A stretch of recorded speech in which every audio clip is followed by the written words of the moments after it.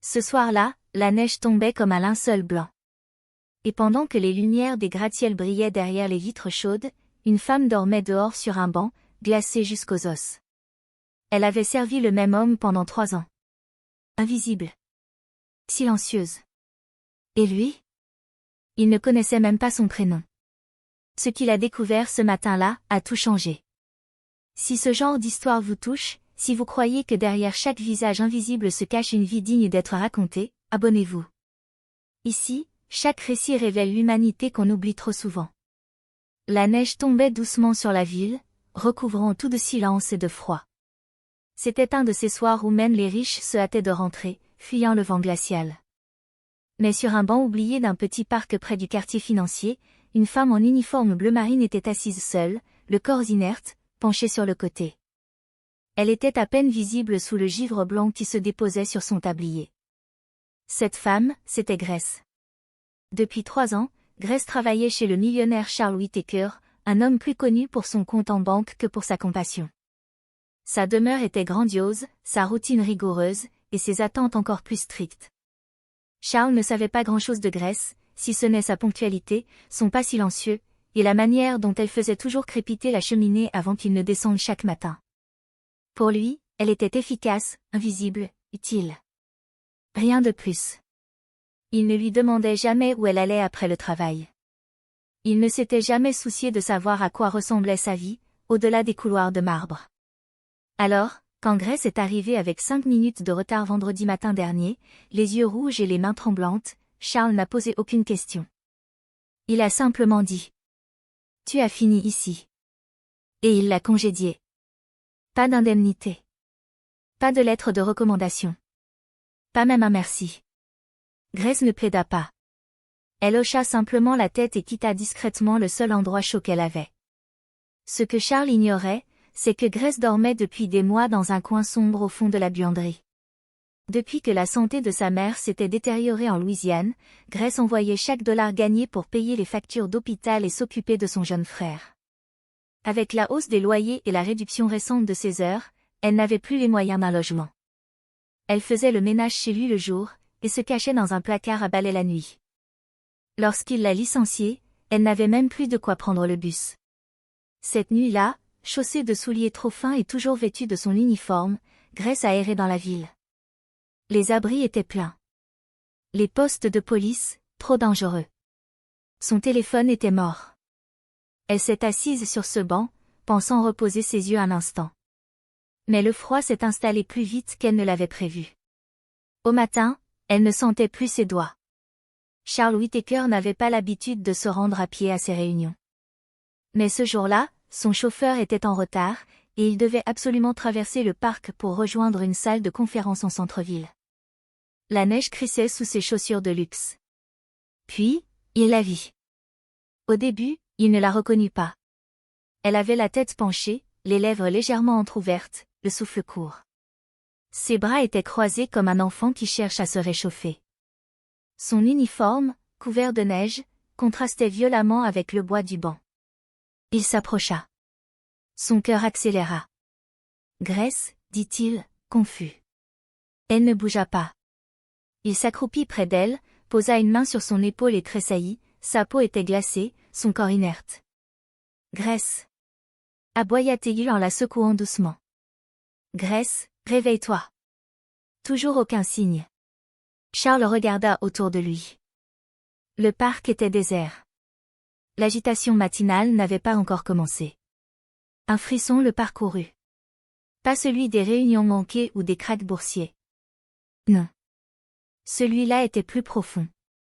Primitif. Humain. Il sortit son téléphone et composa les urgences, les doigts tremblants. En attendant, il fixa la femme qu'il n'avait jamais vraiment regardée. Sa peau était couverte de poussière et de givre, ses vêtements trempés, son bandeau de travers. Elle paraissait si petite, si fragile, comme quelqu'un qui souffrait depuis longtemps, et qu'il n'avait jamais pris la peine de remarquer. Alors que les sirènes approchaient, Charles s'agenouilla près d'elle et balaya la neige d'un geste maladroit. Peu lui importait que son costume soit trempé. Pour la première fois depuis longtemps, il ne pensait ni à la bourse, ni aux affaires. Il pensait à elle. La femme qui lui préparait son thé à 6 heures chaque matin. Celle qu'il n'avait jamais appelée par son prénom en 3 ans. Celle qui pliait ses chemises avec soin. Celle qu'il avait laissée partir, sans poser la moindre question. Il se souvenait de son sourire, un jour, quand les fleurs avaient fleuri près de la fenêtre de la cuisine. Mais à part ça, il ne se souvenait de rien d'autre. Les portes de l'ambulance s'ouvrirent. Charles aida les secouristes à la hisser sur le brancard. Et alors qu'il s'éloignait, il les suivit.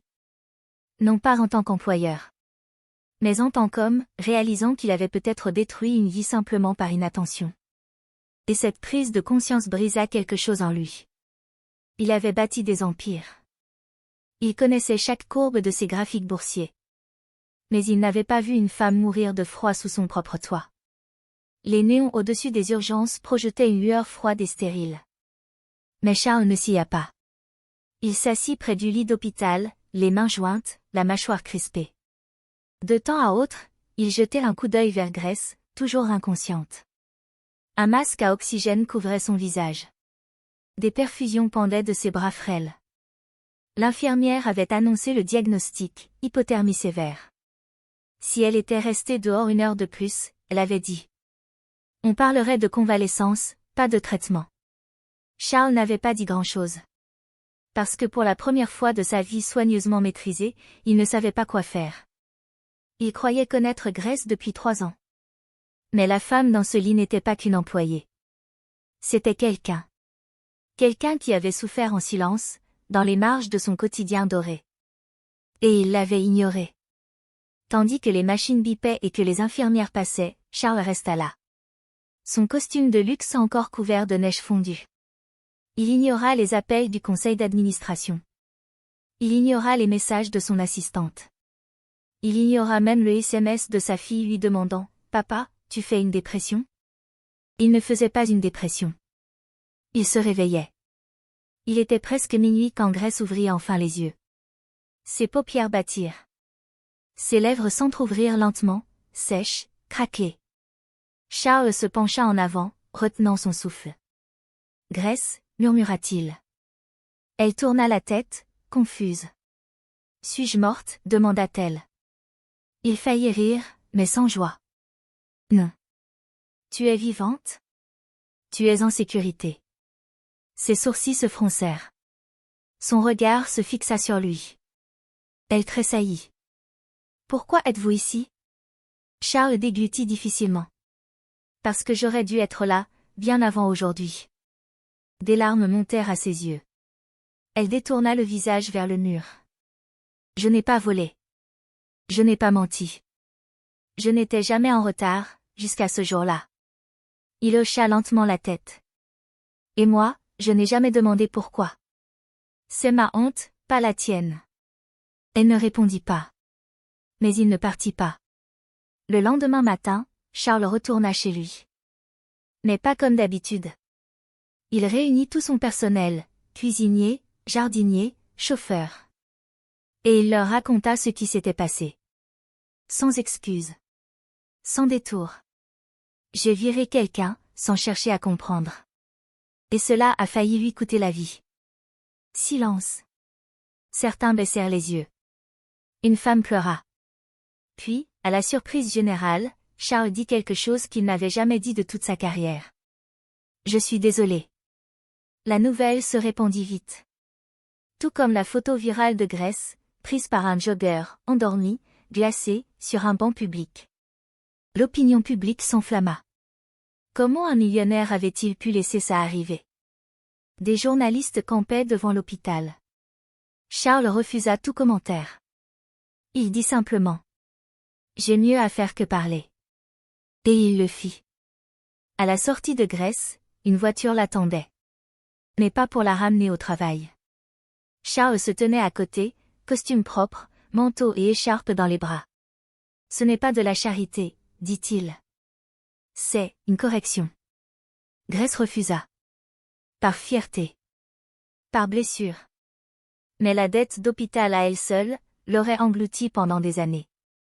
Il insista. Viens dans l'aile des invités. Pas pour travailler. Pour guérir. Et quand tu seras prête, on parlera de ce que toi tu veux faire. Elle hésita. Puis accepta. Les semaines suivantes, Grace guérit lentement. Elle dormit au chaud, dans une chambre baignée de soleil. Un médecin privé s'occupait d'elle. Charles fit venir sa mère et son frère de Louisiane, et les installa dans un appartement à proximité. Chaque soir, il venait lui rendre visite. Non pas en patron, mais en homme qui apprenait à devenir humain. Ils discutaient autour d'un thé. Elle lui parla de sa ville, de ses rêves enfouis, de ses renoncements. Et cette fois, il écouta. Un matin, Charles prit une décision. Il offrit à Grace un nouveau poste. Directrice du bien-être des employés dans toutes ses propriétés. Salaire. Avantages. Autorité. Respect. Ton rôle, lui dit-il, c'est de veiller à ce que personne ne tombe dans l'oubli, comme toi. Grace le fixa. Tu me fais confiance? Je n'ai jamais fait autant confiance à personne, répondit-il. Quelques mois plus tard, lors d'un gala de charité dans la salle de bal du manoir, Charles prit la parole. J'ai construit des gratte-ciels. Je croyais être puissant. Mais une femme que je ne regardais même pas m'a appris la véritable force. Celle de survivre dignement, même quand le monde vous oublie. Puis il la présenta. Grace. Vêtue d'une robe simple. Cheveux tressés en arrière. Elle monta sur scène, dans une salle où autrefois, elle aurait été invisible. Mais cette fois, tout le monde se leva. Non pas par pitié, mais par admiration. La femme de chambre que personne ne voyait était devenue celle qui avait tout changé.